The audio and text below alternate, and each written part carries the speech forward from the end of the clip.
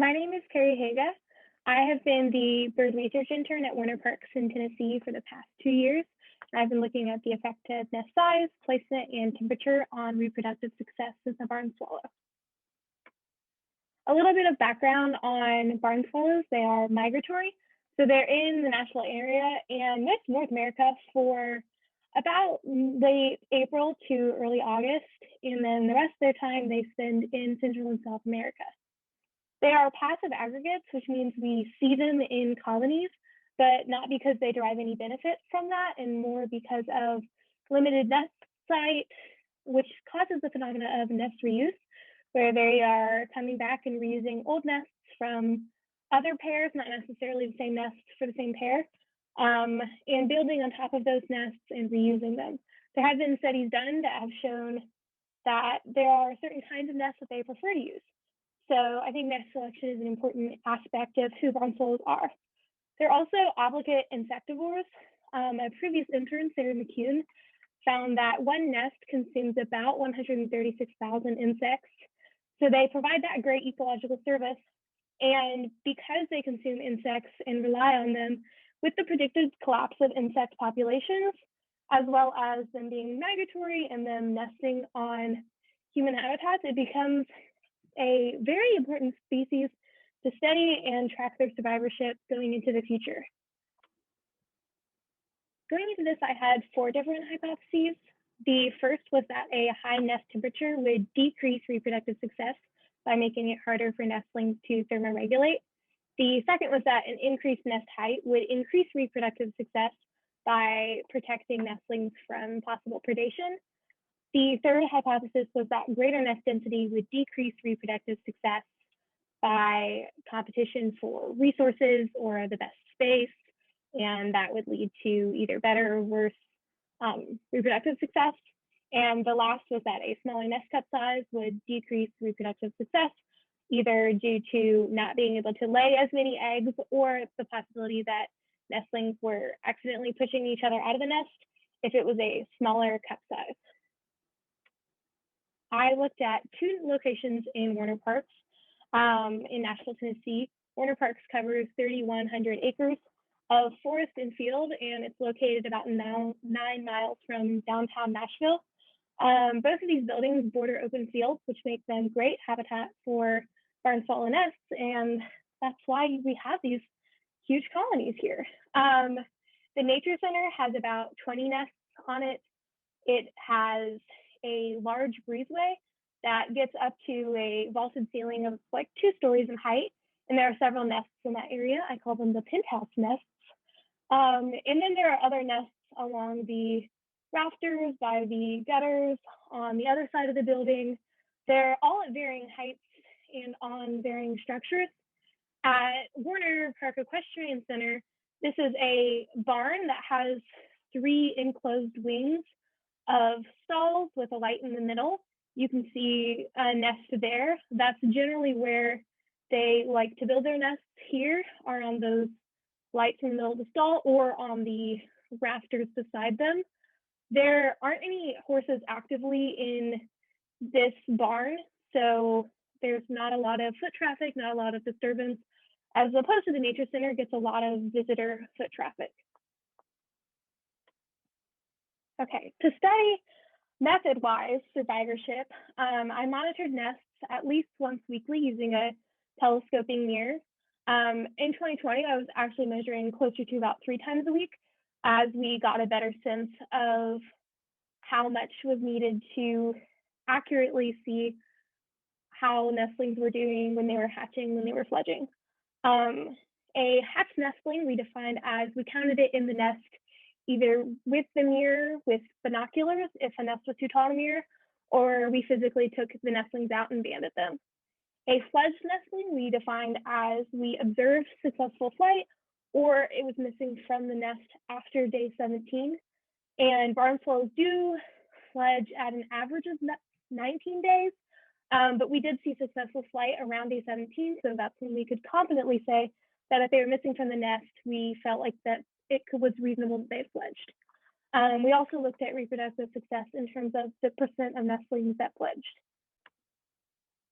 To measure the microenvironment, I measured temperature with a laser distance thermometer measure. I did that 3 days in either late July or early August in both 2019 and 2020 from the time range of about 9 a.m. to 3 p.m., somewhere in 6 hours, once per hour.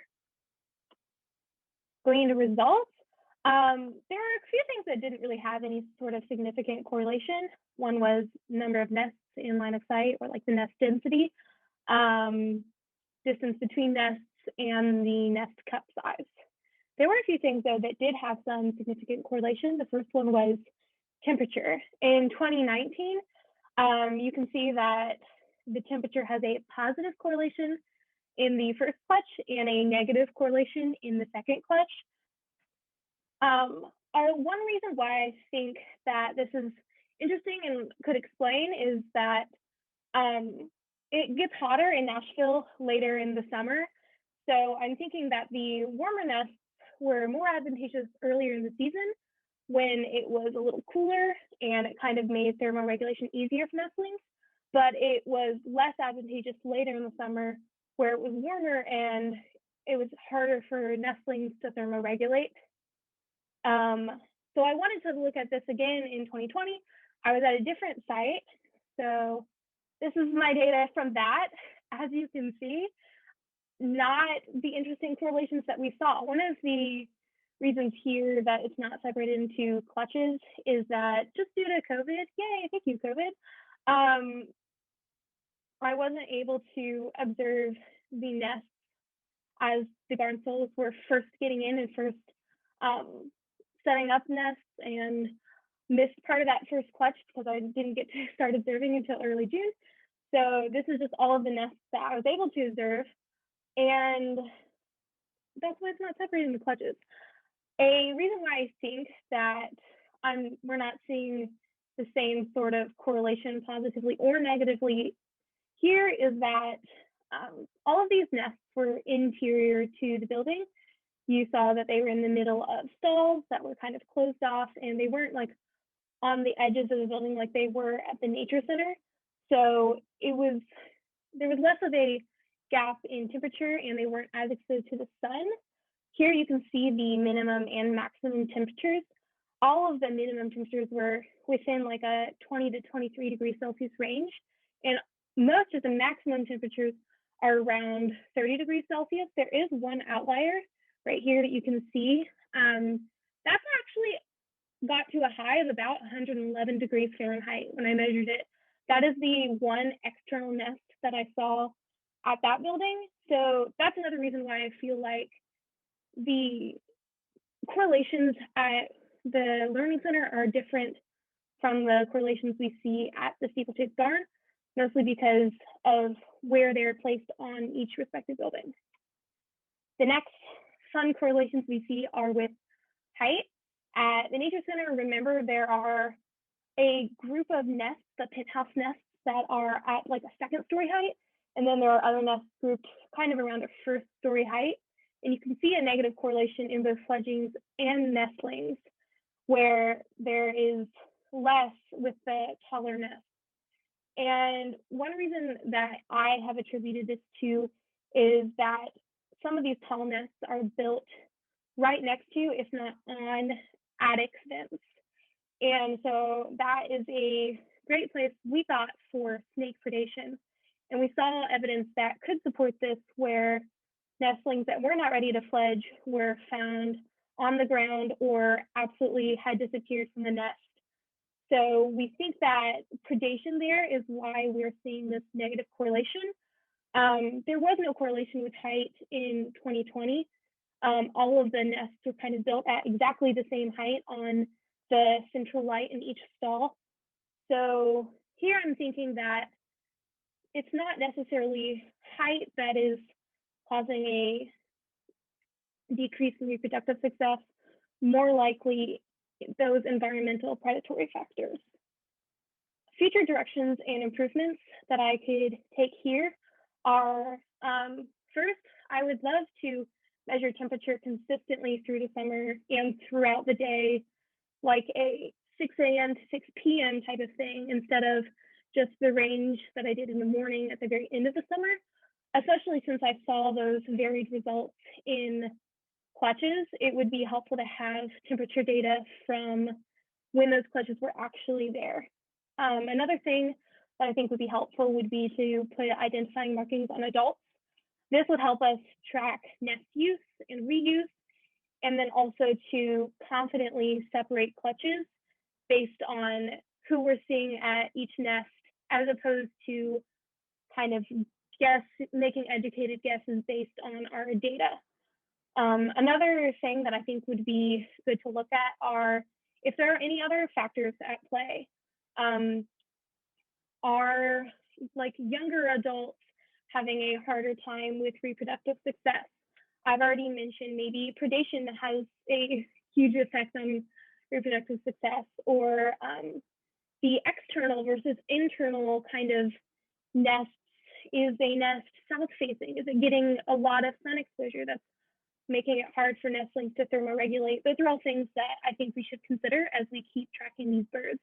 But ultimately, I think it's most important that we continue monitoring the survivorship of both of these colonies. 2019, the other intern and myself that tracked these birds, this was the first time that there was like written down, tracked data of these colonies at Warner. And so I think going into the future, especially since we think that this bird population is significant, I think it's very important that we continue these methods and then look at how their environment, how the things around them are affecting their survivorship. I want to give some big thanks to Dylan Lee, who was the intern with me in 2019, Dr. Lewis, who is my advisor at Lipscomb University, Laura Cook, who's the Bird Research Program Coordinator at Warner Parks, and also all of the staff at Warner Park Nature Center. They helped me and Dylan out a lot as we were collecting our data. And thank you for listening. If